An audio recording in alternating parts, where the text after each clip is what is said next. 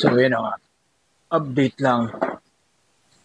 Update sa gym muna. Nabenta na yung dalawa naming combo rack. So, yung isa na ship niya, which is napunta dun sa Cavite ata yun. Parang ganun. Tapos yung isa, nandito pa naman, pero nakapag-down na ng 5K. So, probably 4th week ng January, dadating yung, ano, yung bagong combo rack. So, excited na ako yun. Nga pala, sa mga gusto pumunta ng Fev 10, ano lang naman yun, parang max out day, mock meet. So, technically, hindi siya talaga competition. Parang lang nag-max out, tapos competition standard. Meaning, meron first, second, third attempt. Hopefully, makapunta si Andre para may referee tayo. Yun lang. Hindi talaga siya competition ngayon. Don't get me wrong. Tamang max out lang na may first, second, third attempt ka sa SBD mo. O nga pala, men, Happy New Year.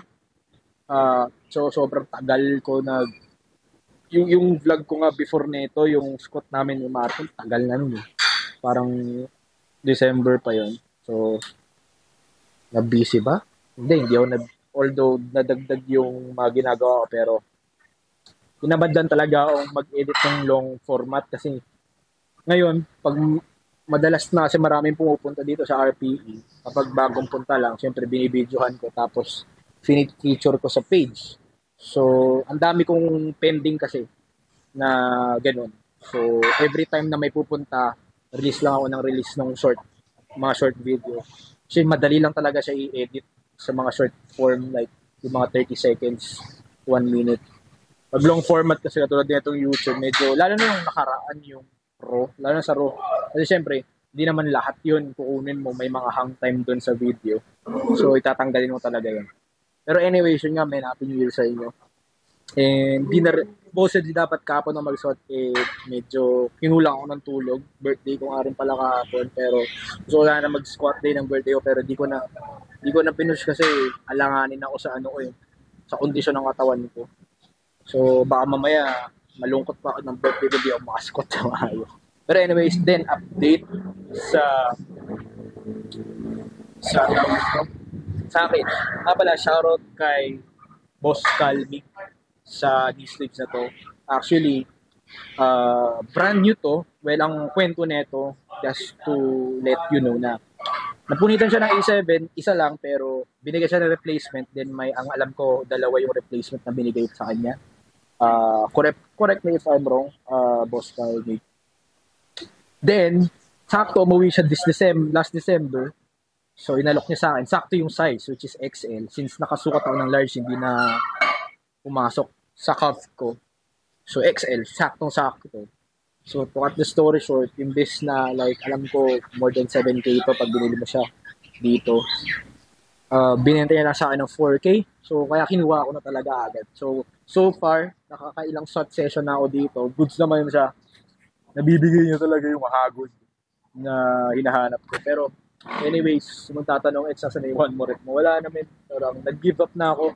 Kung may gustong bumili, siguro 1K, bilhin nyo na lang yan. Tayo na magpaayos. Wala hindi rin magagamit kasi kapag pinatahi ko, mataas chance since lumaki yung legs ko, mataas ang chance ang mapunit din. So, wala na. Nakatambak na yan dito. Wala, di ko na ginagamit kasi punit na talaga. Shoutout na lang siguro sa one more rep. Siguro, hindi naman ito paninira sa inyo. Siguro advice na rin siguro na umanap kayo ng manufacturer na maayos naman siguro. Na may insure nyo. Na may, alam mo yun, malupit na quality check. Kasi, sabihin, hindi mo yan size eh. Like, nag-size down. Hindi rin man eh. Nag-survey na ako halos lahat ng meron, nakakilala ko. Marami din nag-feedback sa akin na wala, punit na daw yung mga one more rep. Iba, 1 week lang. Yung don't get me wrong, ito yung bagong labas nila, yung one more rep plus. Punit na like 1 week pa lang ginagamit, days pa lang ginagamit, may punit na, etc. So, lumalabas lang na yung quality mismo yung mismong material is yung palyado. Kasi kung hindi naman, manginan-nginan lang, like 100, mga 10 out of 100, possible pa na like minalas lang sa quality. Pero masiraan ka ng halos lahat na meron, di ba? Parang hindi na siya acceptable. So, I mean, I don't know kung kung mapapanood man ni One More Rep to. Uh, don't get me wrong, lahat, hindi, ang pinapoint out ko lang dito is yung One More Rep Plus, which is yung knee sleeves nila na stiff.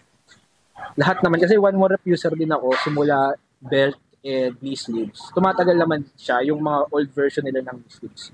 Yun nga na, medyo sumablay lang talaga sa quality na itong One More Rep Plus. I don't know why, pero, kasi comparing other knee sleeves na stiff din, although may point of break kasi talaga ang stiff sleeves. Pero, hindi naman yung sobrang bilis.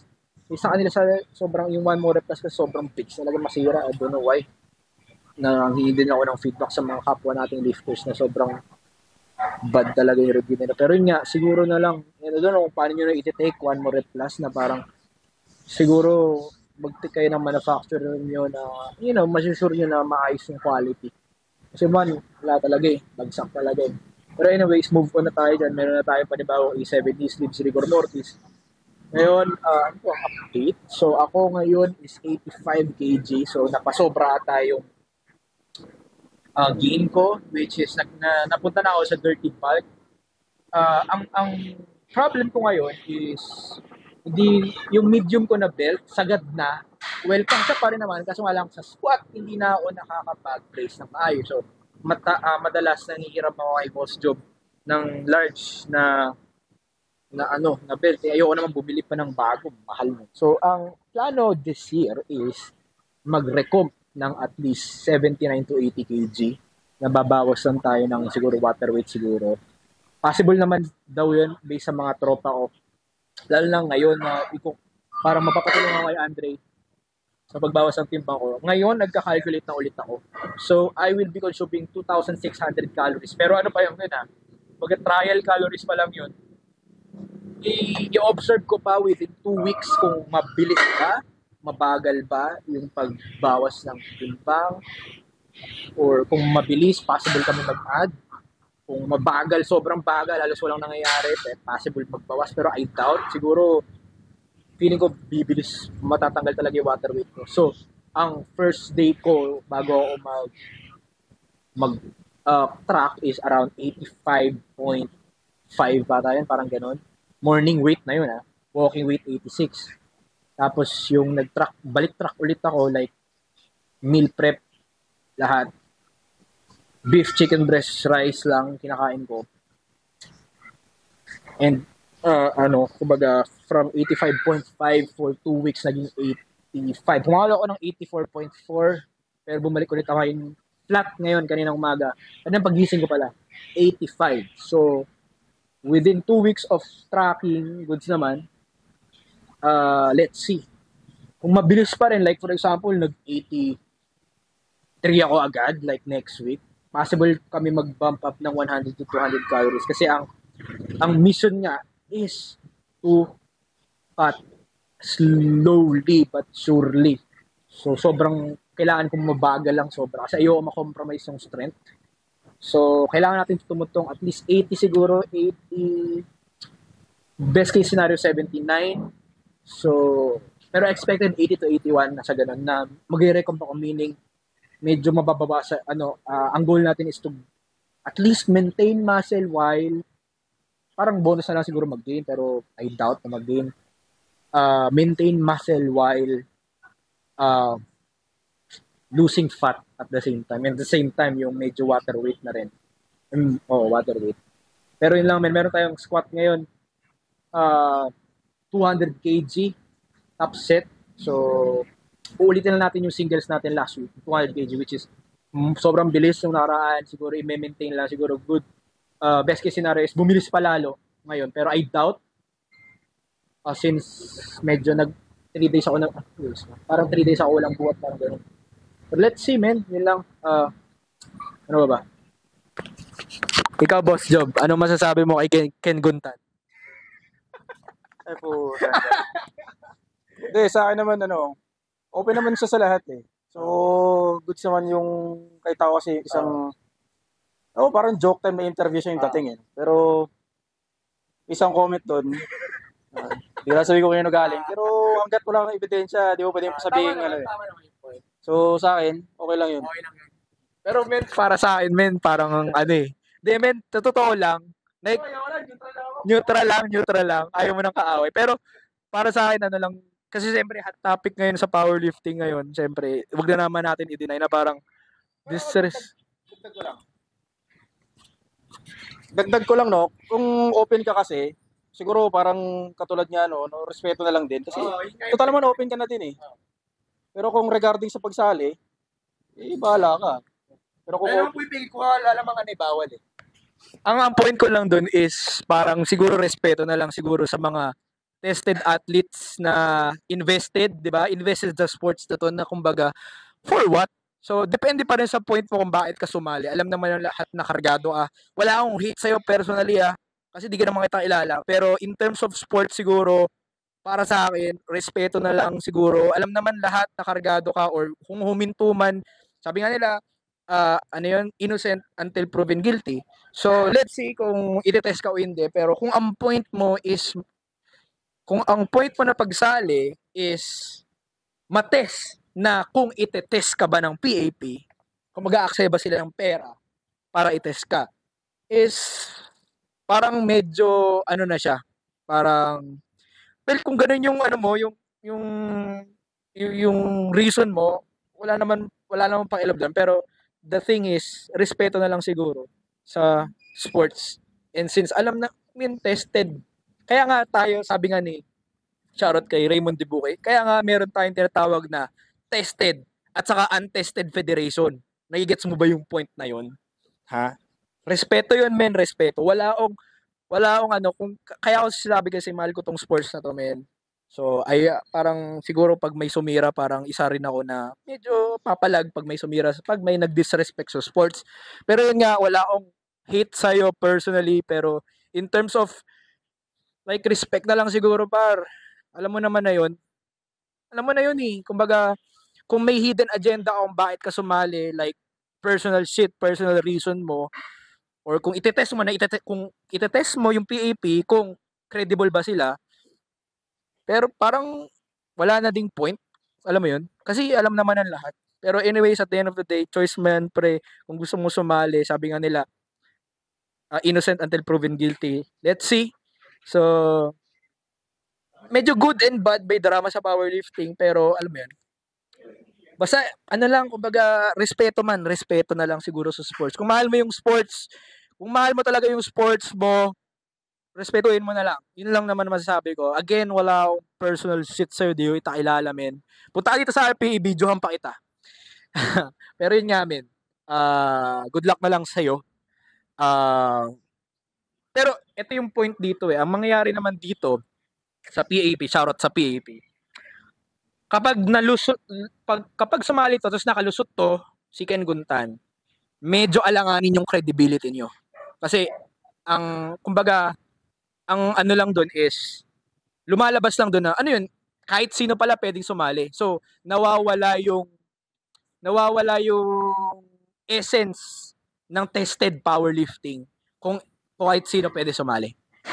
Kahit malakas ka man o hindi, di ba? Parang nawawala yung essence. So, medyo fireback din sa inyo to kapag nakalusot to si Ken Guntan. Pero, wala eh. It is what it is eh. Kumbaga, innocent until proven guilty. Kahit ako, di ko naman mapapatunayan ngayon kung kargado ba si Ken Guntan o hindi. Pero, based sa mga sources, sabihin mong chismis lang, pero based sa mga sources, at saka makikita naman, med, na alam ko, kung open siya o hindi. Pero alam ko open siya, like, before nag-take siya, etc. I don't know now kung nag-take pa rin siya, pero di na natin alam yun. Pero, again, medyo napahaba na yung sinasabi ko. Pero at the end of the day, kung mahal mo yung sports, irespeto mo, kaya meron tested and untested federation. Kahit sa ibang bansa, meron silang, kahit sikat na federation doon, meron silang tested at untested. So, alamin mo na lang siguro kung saan ka nararapat doon, at saka respetuhin mo na lang yung mga taong invested dito sa sports na to. 'Di ba? Parang, alam mo na yun, men. Alam mo na yun. Basta alam mo na yun. Pero kung ano man yung reason mo, ba't ka sasali, nasa na yon, good luck na lang sa'yo. No hate sa'yo, ang pinapoint out ko lang is, irespeto mo lang tong sports natin. Yun lang, men. Mag-squat na ako. Punta ka dito, bibidyoan pa kita.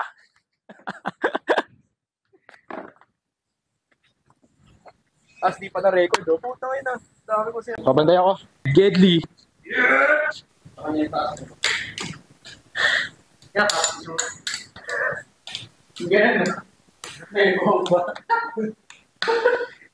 Nakawak pa sa suso.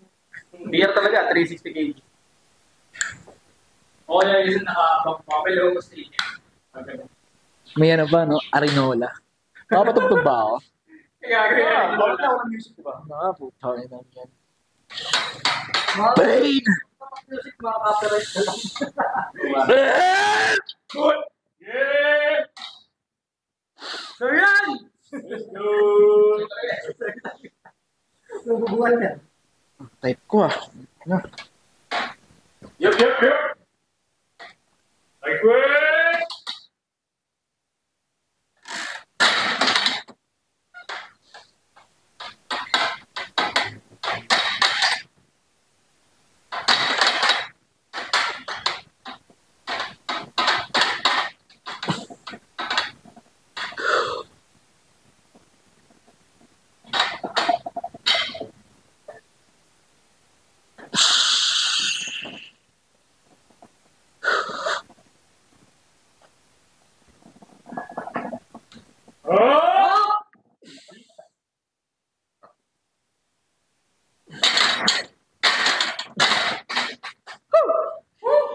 Thank you.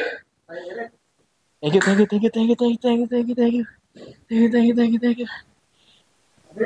ni coach niya,